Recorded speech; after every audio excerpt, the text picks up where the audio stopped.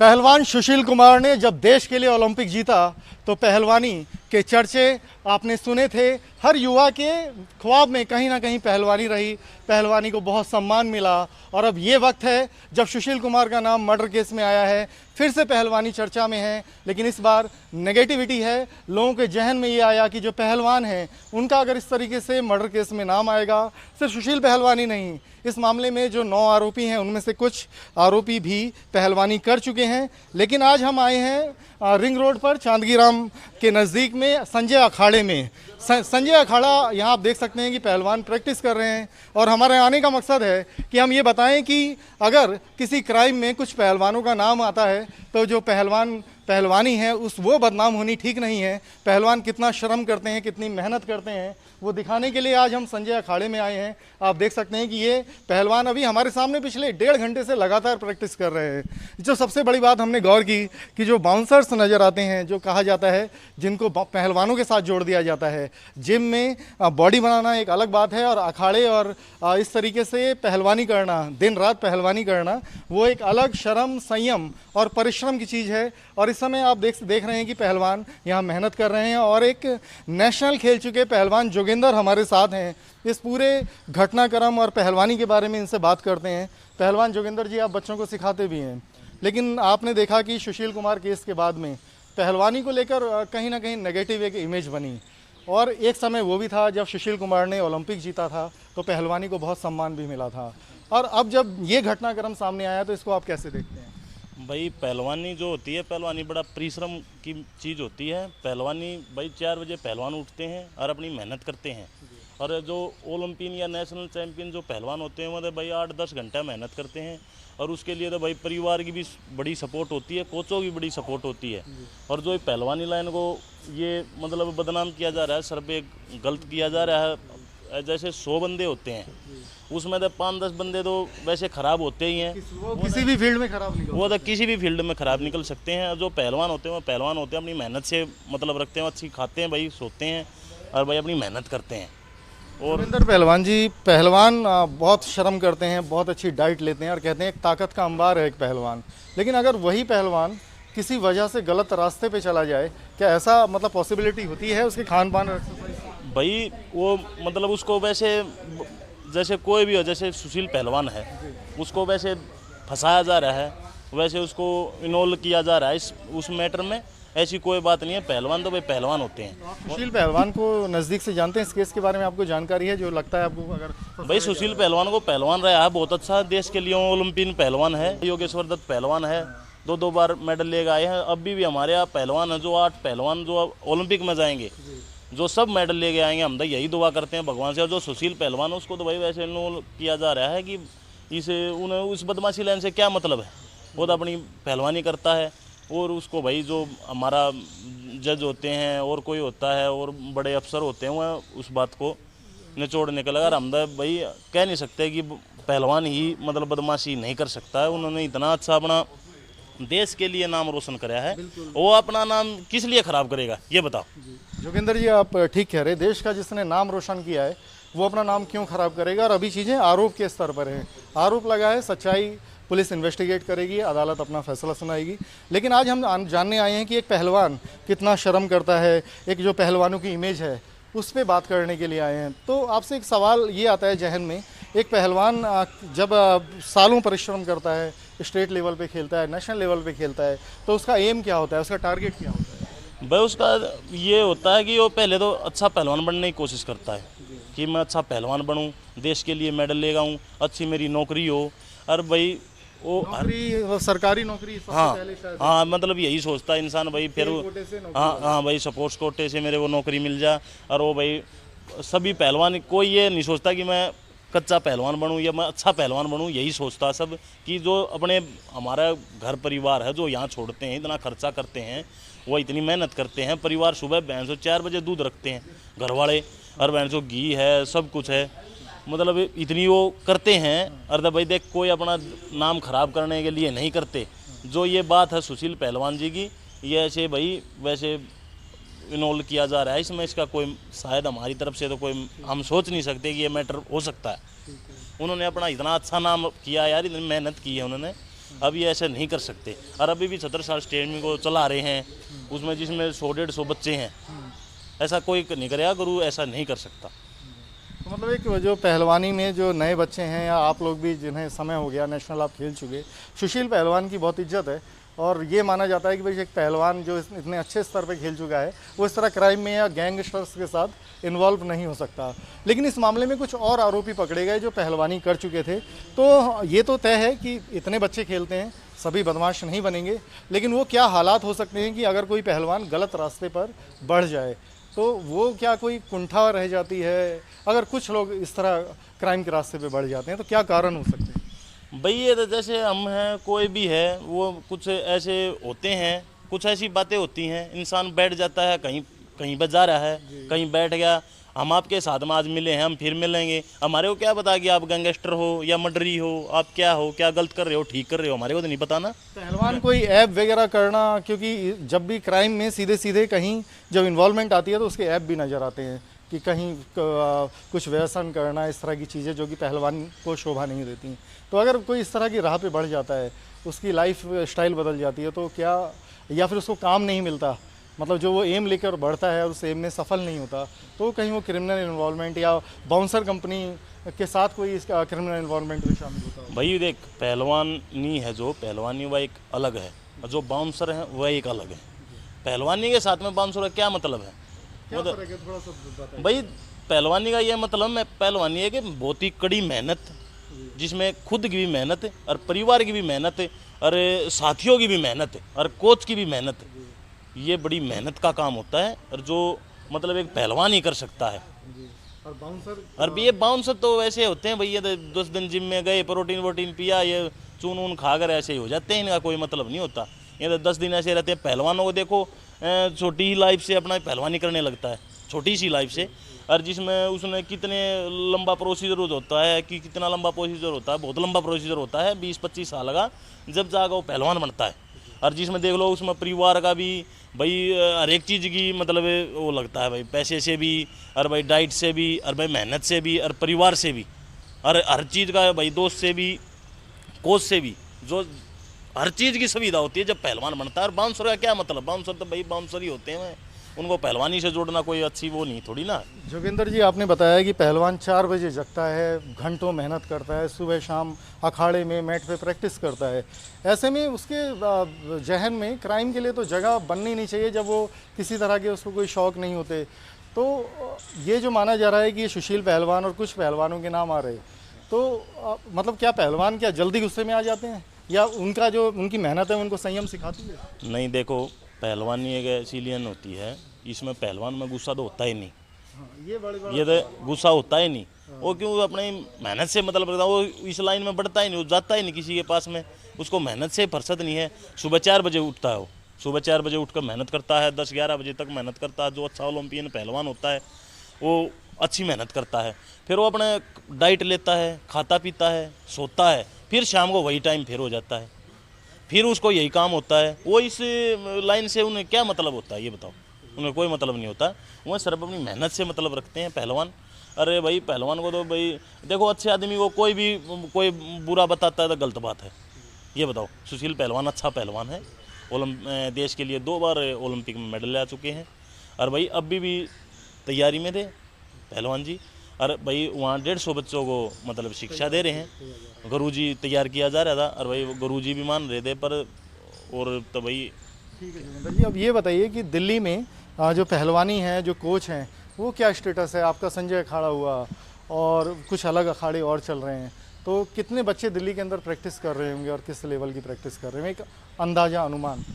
भाई हर अखाड़े में 100-150 पहलवान होते हैं। दिल्ली में कितने अखाड़े इस समय दिल्ली में अखाड़े होंगे भाई 50 ही अखाड़े होंगे। 50 ही अखाड़े होंगे। हाँ, जिसमें जैसे स्टेडियम है, इसमें कम से कम 200 बच्चे पहलवानी कर रहे होंगे। बड़ी संख्या में बच्चे जुड़े हुए हैं, उनका मनोबल बढ़े रहना चाहिए। हाँ, और भाई जैसे हमारा अखाड़ा है, यहाँ 50-60 पहलवान हैं।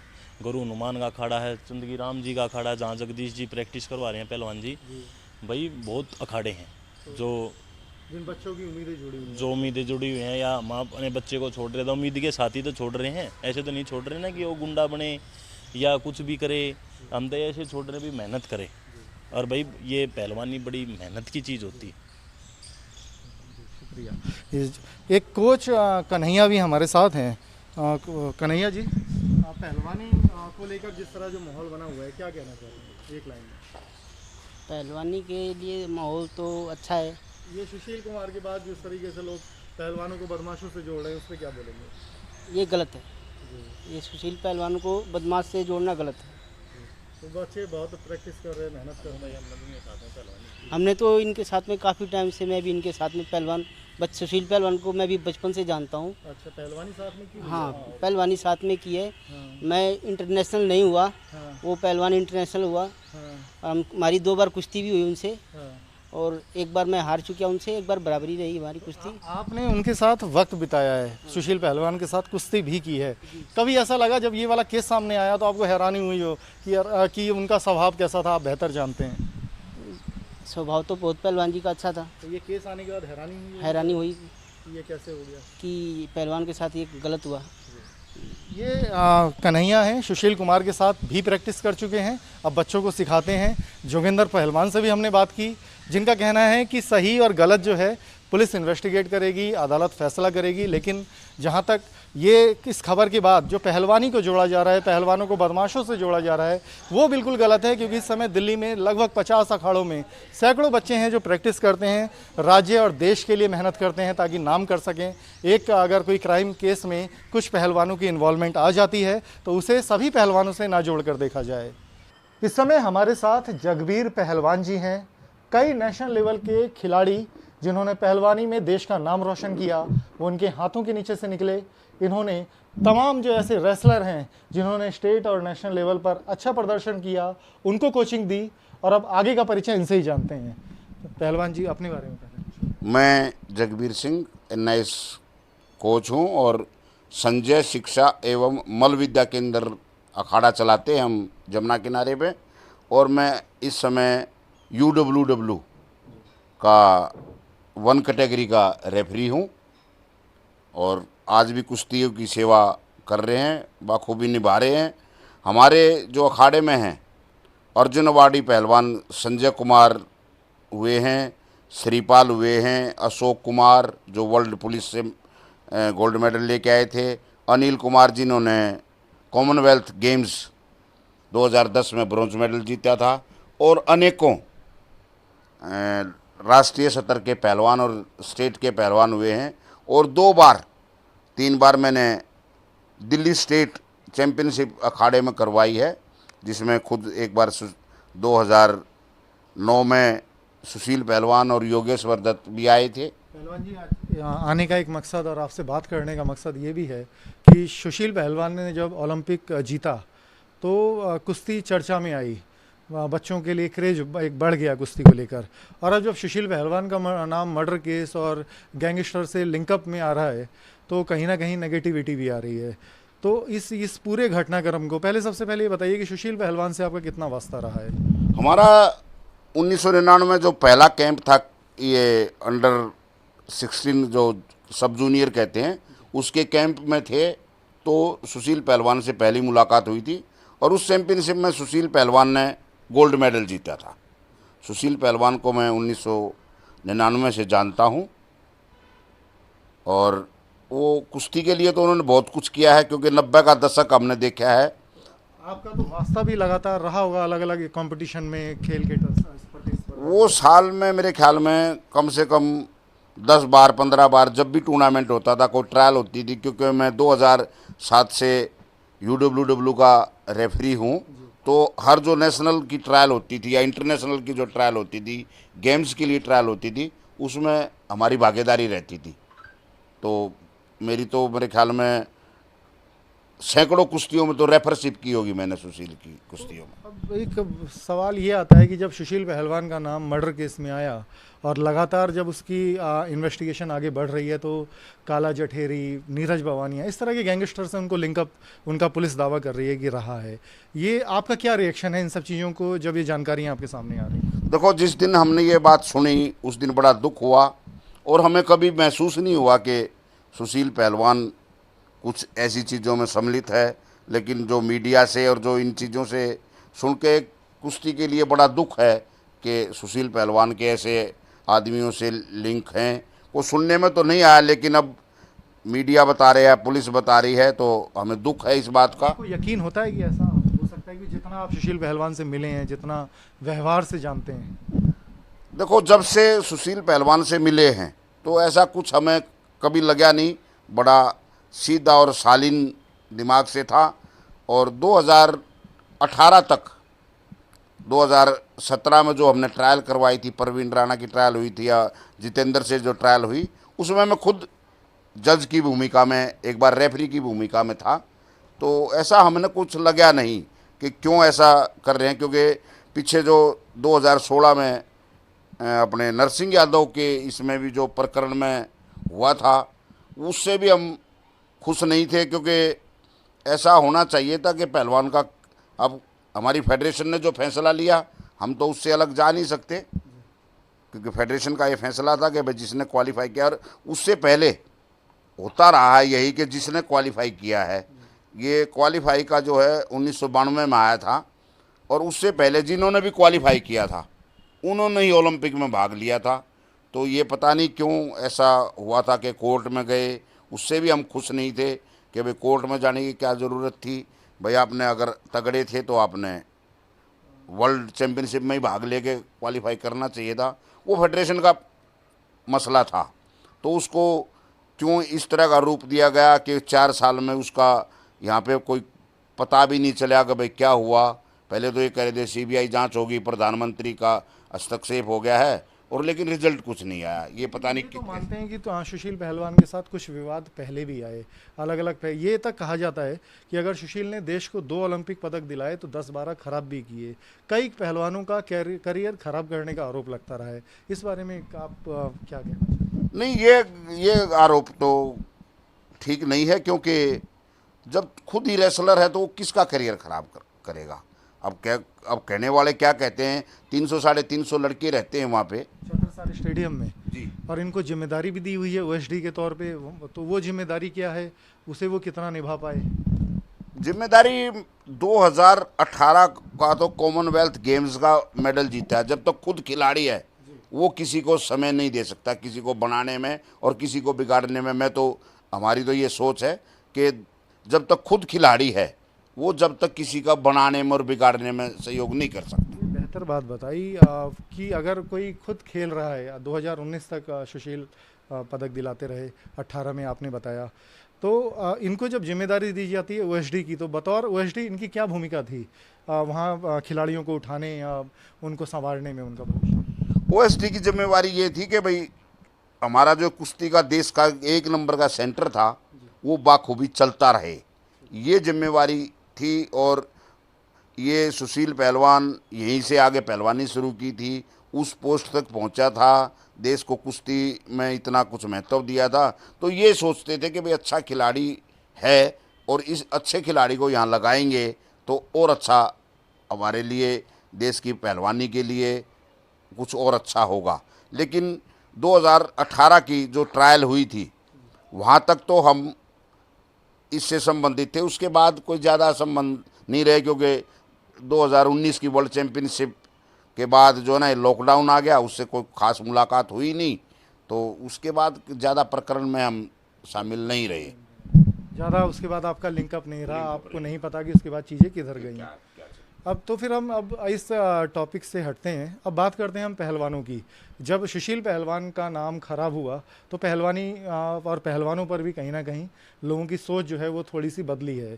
अब इस तरह की चीज़ें आती हैं कि जो बाउंसर्स हैं, एक बाउंसर्स कंपनी चलती है, सुशील का भी इसमें नाम आया, टोल गेट पे बाउंसर लग रहे हैं। सबसे पहले तो पहलवान और बाउंसर में फ़र्क आप बताइए, और एक पहलवान का जो जीवन है वो कैसा होता है, मतलब वो कैसे क्राइम की तरफ वो अग्रसर हो सकता है, कब उसके कदम बहक सकते हैं, या कहीं कोई उसके प्रैक्टिस में कोई कमी होती है या उसके हालात बदल जाते हैं, क्या ये सारा माजरा होता है? ये बात आपने सही पूछी, क्योंकि जो बाउंसर हैं वो जो जिमों में जाते हैं, पाउडर खाते हैं।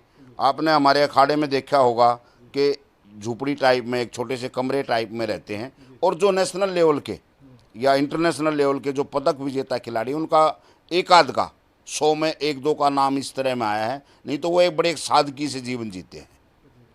और उनका खान पान, रहना सहना इस तरह का होता है कि वो कभी ऐसा नहीं करते। जिसने भी जो गलत किया है तो उसकी सज़ा मिलती है। बाउंसर भाई टोल में हैं, ये हैं, भाई किसी खिलाड़ी ने खेल के जीवन के बाद भी कोई काम तो करना होता है, लेकिन उसको एक बिजनेस टाइप का इस तरह का रूप दे देना भी थोड़ा हम तो गलत मानते हैं।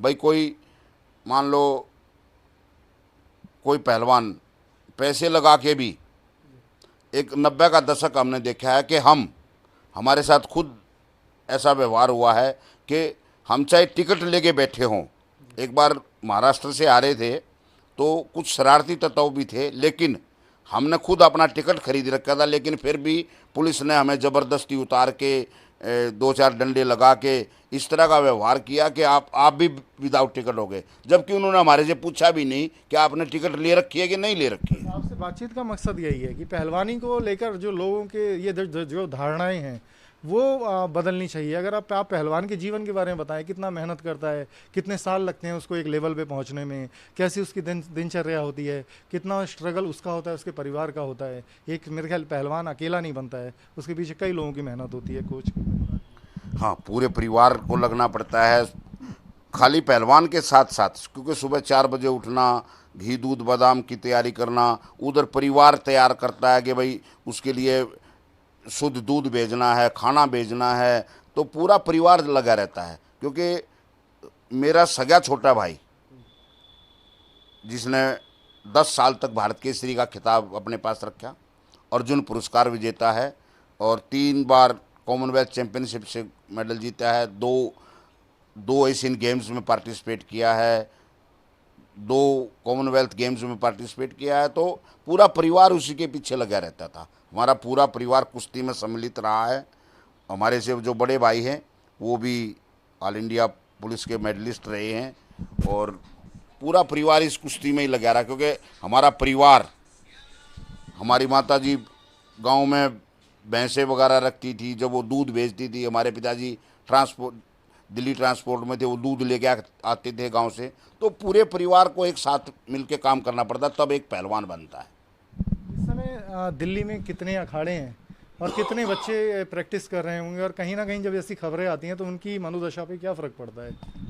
ये आज का दिन हम कुश्ती का एक जो बुरा दौर कहते हैं वो चला हुआ है, क्योंकि जनवरी में एक रोहतक में जो एक बहुत अच्छा अखाड़ा एक संस्था चल रही थी, वहाँ के कोच ने आपस की गलत फहमियों से 5 आदमियों का मर्डर कर दिया। उसके बाद एक दादरी में था, वहाँ पे एक मर्डर हुआ खिलाड़ियों का, और अब ये सुशील का प्रकरण आने से कुश्ती समाज जो है आज बड़े दुख के आंसू में है, क्योंकि बहुत बुरा दौर चल रहा है। हम बड़े अच्छे लेवल पे थे, हमारे 8 खिलाड़ियों ने, 8 पहलवानों ने, 4 लड़कियों ने और 4 लड़कों ने ओलंपिक के लिए क्वालिफाई किया है।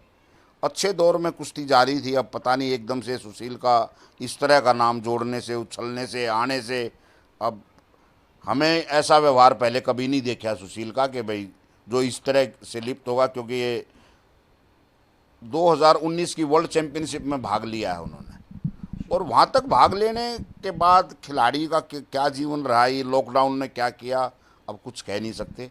हमारा इसमें कोई वास्ता नहीं रहा, लेकिन हमें बुरा ज़रूर लगा कि कुश्ती के लिए बुरी खबर है ये। जी धन्यवाद। ये पहलवान और कोच जगवीर जी हैं जो मान रहे हैं कि इस समय कुश्ती के लिए ये बुरा दौर है। लगातार ख़राब खबरें आई हैं जिससे खेल के लिए कहीं ना कहीं निराशा वाला माहौल बना है, लेकिन उम्मीद की जा रही है कि समय बदलेगा, क्योंकि सभी पहलवान, कुछ पहलवानों की वजह से सभी पहलवानों पे सवाल खड़े करना सही नहीं है। हमारे साथ पहलवान राकेश कुमार हैं जो दिल्ली पुलिस में जूडो के नेशनल कोच भी रहे हैं। इनसे बात करते हैं सुशील प्रकरण को लेकर।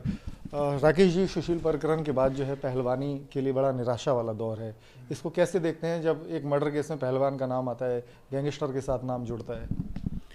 देखो, इस चीज़ को बिल्कुल नेगेटिविटी में ले जाने की कोई ख़ास ज़रूरत नहीं है। एक आध केस ऐसा हो जाता है, और मैं अगर पहलवानों की लाइफ के बारे में आपको कुछ बताना चाहूँ तो सबसे बड़ी बात यह है कि जो भी बच्चा पहलवानी की जब शुरुआत करता है तो वो एक बड़ी डेडिकेशन के साथ पहलवानी की शुरुआत करता है और उसके जो पेरेंट्स उसे अखाड़े में लेके जाते हैं उनको भी ये उम्मीद होती है कि ये बच्चा कुछ बहुत अच्छा करेगा, नेशनल इंटरनेशनल लेवल पे जाएगा, देश का नाम रोशन करेगा, अपने क्षेत्र का, गांव का नाम रोशन करेगा। और इसी उम्मीद के साथ कोई भी रेसलर अपनी पहलवानी की शुरुआत करता है और उसका जो जीवन है बड़ा कठिन होता है। आप ये सोचें कि पहलवानी कोई बहुत आसान चीज़ है, बहुत आसान नहीं है। मैं ये कहूँगा कि पढ़ाई लिखाई उससे बहुत आसान है, लेकिन अपने अपने शौक़ का, इंटरेस्ट की बात है। जिसको जिस चीज़ में इंटरेस्ट होता है वो उसे बड़ा आसान लगता है। कैसी होती है एक पहलवान की दिनचर्या? पहलवान की दिनचर्या में अगर आपको बताऊं तो सुबह पहलवान 4 या 5 बजे सुबह उठ जाते हैं और उसके बाद सीधा अखाड़े में पहुंचते हैं। अखाड़े में पहुंच के उनका जो वार्म अप वगैरह होने के बाद फिर वो वर्कआउट करते हैं। वर्कआउट कम से कम भी 2 से 2.5 घंटे का उनका वर्कआउट होता है। पहले जाके अखाड़े में, जहाँ मिट्टी के अखाड़े हैं तो पलटी वगैरह लगाते हैं, उसको खोदना, फिर मैडी लगाना उसके ऊपर। उसके बाद जोर करते हैं। जोर का मतलब कुश्ती की प्रैक्टिस, दाव की प्रैक्टिस, दाव रमा करना बोलते हैं रेसलिंग में उसको। कुश्ती की प्रैक्टिस करेंगे, पहले ताकत के साथ फाइट करेंगे, फाइट के बाद फिर टेक्निक प्रैक्टिस करेंगे। उसके बाद फिर दंड बैठक लगाना, जिम, आजकल तो जिम भी आ गया अखाड़ों में, जिम की एक्सरसाइज करना। और इस तरह का वर्कआउट करने के बाद जब 2-2.5 घंटे उन्हें लग जाते हैं और पूरी तरह उनको थकान हो चुकी होती है, उसके बाद एक पहलवान सिर्फ ये सोचता है कि मैं अब अपनी अच्छी जो बादाम वगैरह उनको पीना है या कुछ भी है, अच्छी डाइट लूँ और रेस्ट कर लूँ।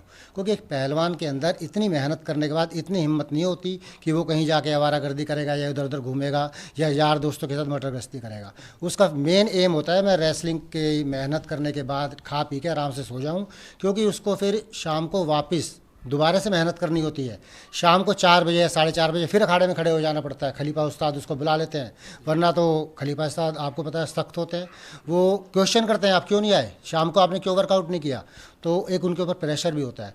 दिन में आराम करते हैं, शाम को फिर अखाड़े में पहुंच जाते हैं और फिर अपना उनका वही रूटीन वर्क होता है। इसका शेड्यूल बना होता है कि आज आप टेक्निक्स प्रैक्टिस करेंगे, आज आप रस्सा करेंगे, आज आप रनिंग करेंगे, या आपका जो भी वर्कआउट का शेड्यूल होता है वो अलग अलग। बिल्कुल, मतलब बहुत मेहनत, बहुत संयम और अनुशासन के साथ पहलवान रहता है। बहुत ही अनुशासन, क्योंकि वो एक एम लेके चल रहे हैं। बस सवाल अब एक ये बड़ा आता है, सुशील प्रकरण सबने देखा कि वो कौन से हालात होते हैं जब एक पहलवान जो है वो क्राइम के रास्ते पे बढ़ जाता है।